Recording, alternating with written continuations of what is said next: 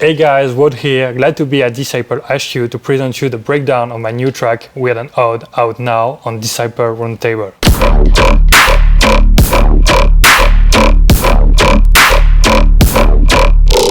Okay, so there is a quick preview of the first drop of my new track Weird and Odd.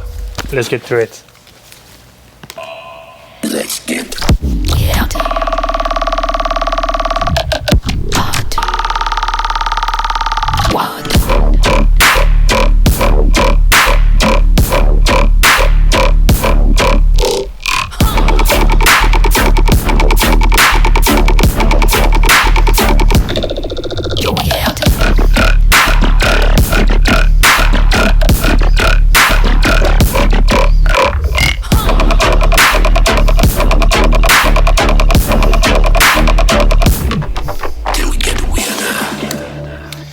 So this is the first drop of my new track, and I want to show you some sound design breakdowns on sound design for you.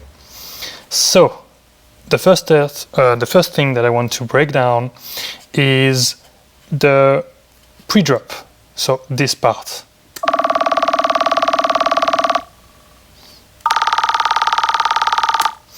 So this pre-drop was made exclusively using Reason, so I use one wavetable from Reason, Maelstrom from Unso, and I pitch it down to have this kind of really low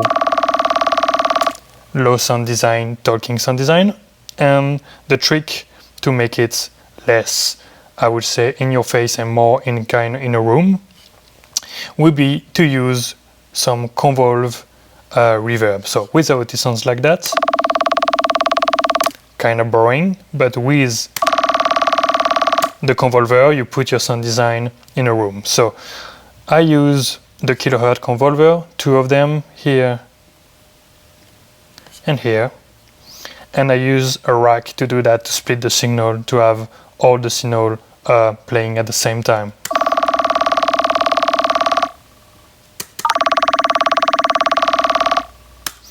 And everything is going also to some disperser to add even some wet feeling kind of to the main sound design. After just some EQing, and I use wider at the end to add some wideness to the song. Now let's get to the real part of the drop, the main bass that you can hear right here.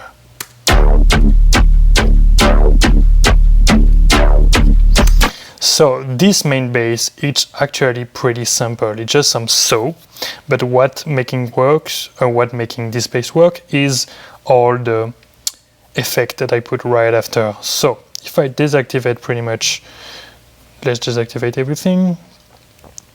Here it sounds like that.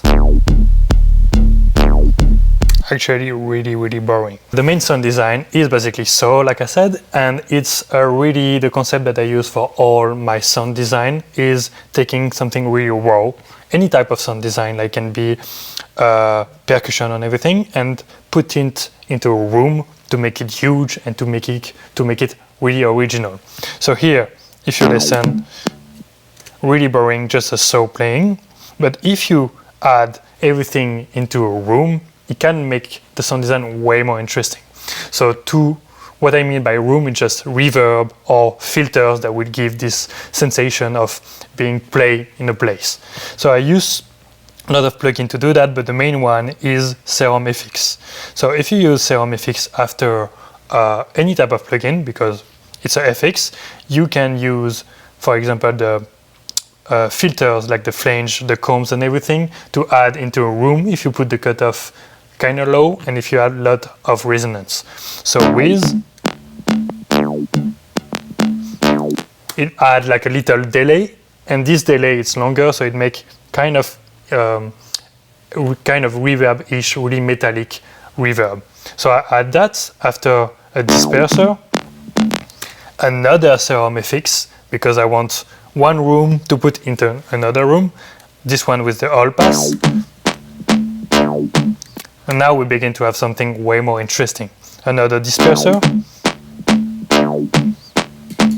Already we got a sound way more interesting, but what I really like to do with that is taking this sound design, put a sub under So this is my sub right there.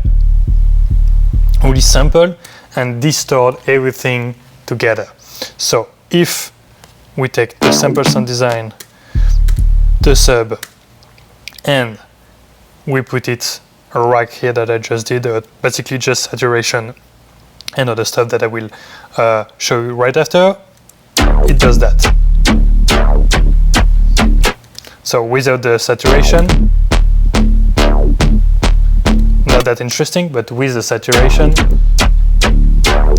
really more interesting. So what's going on into this rack? Basically, I start with 4 dispersers.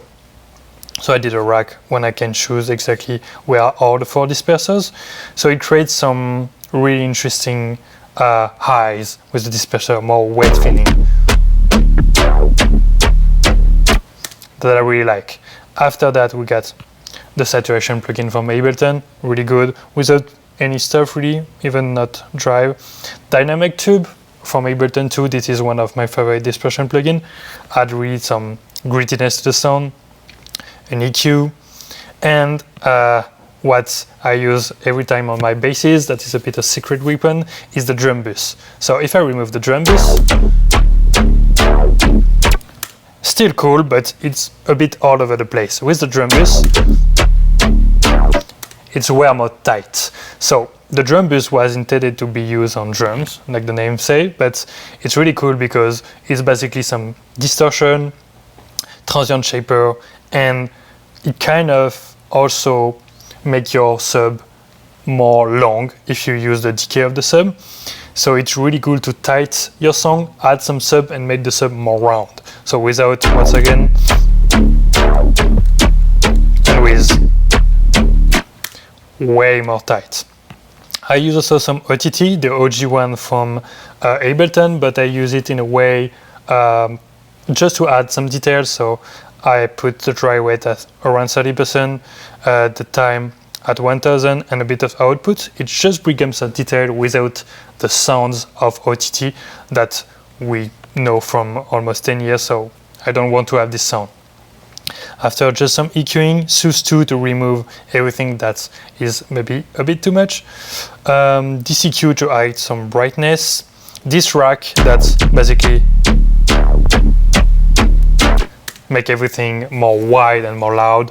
It just basically I split the signal from the sub and the mid and add a chorus to the mid to really give like this huge diffuse wideness. And in the end, I use also Newfangled Saturate. That is my new favorite clipper because it's a spectral clipper. So basically, it enables you to remove some of the distortion created by the clipping. So it's really cool if you want to be loud and clean at the same time. So that's my new favorite stuff that I use. Okay, so that's the main bass. And also what is kind of a secret weapon that I use a lot is to making all the glitch here. This kind of really wet stuff. It's just basically some sample that I recorded, so the bass that I recorded, and I stretch it really hard. So let me show you that. Here I stretch it really hard to have this kind of, why I can hear it, put it here. Stretch it really hard and play with some of the stretching mode of Ableton and the modulation of the pitch. But the thing is, if you want to record that, it's kind of really boring. So I use this plugin that is called Rolling Sampler. So Rolling Sampler is a game changer for me because it's basically record everything that you are doing on your DAW at any time, like that. And after, you just have to take it, drag and drop it, and you have the sample that was playing on your master. So it's really cool because if you record some artifact created by some effect, you can really record them with the resampling solution, but with that you can, so it enables you to have like a lot of new possibility of sound design. So we just saw the main sound design of the bass, but now there is also the other one, this one. So I will now go deep into this one because it's just some saw and some formant filter, but the concept behind not all my track, but most of them, is taking a really wide, powerful sound design that will play a specific rhythmic, and on top of that, I add a really dry sound design that will be more in the center. This way, the wideness is covered with the strong bass, and the center, the punchier part of the track, is covered by the more mono-ish sound design. So this one is the mono-ish, and this one is the much wider. And this way you cover pretty much all the wideness of the sound, and you have something that feels in your face. Also, something that is really, really important that a lot of young producers don't think about, it's the groove.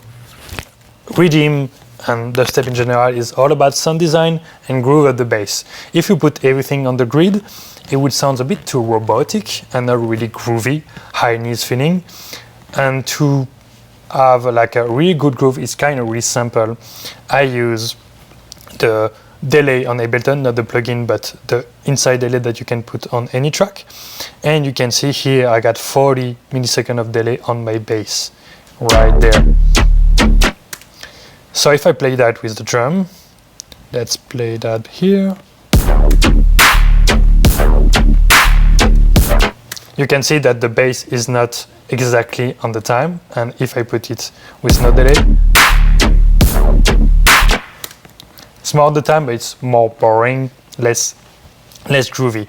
And I do that particularly on all the basses that play at the same time. So you can see this bass is playing at the same time, so there is 40 milliseconds of delay.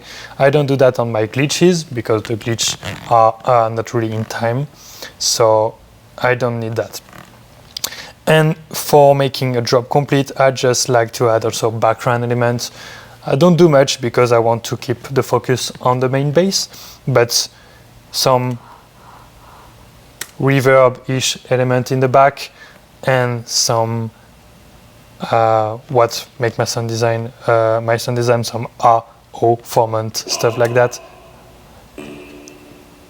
That play in the back helps the sound design to be not alone in the track, basically.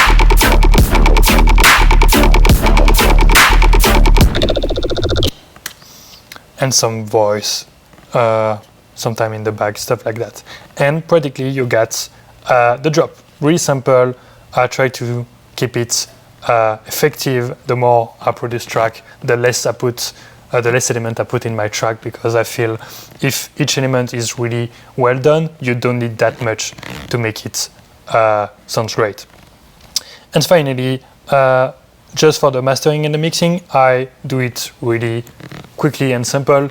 I just kind of clip everything, EQ everything, and on my master I just have a Pro L2 because everything is clipped before, just to make everything tight, and sometimes I add some EQ just to add a bit of flavor, but just that, and the mastering is already done if everything is mixed well.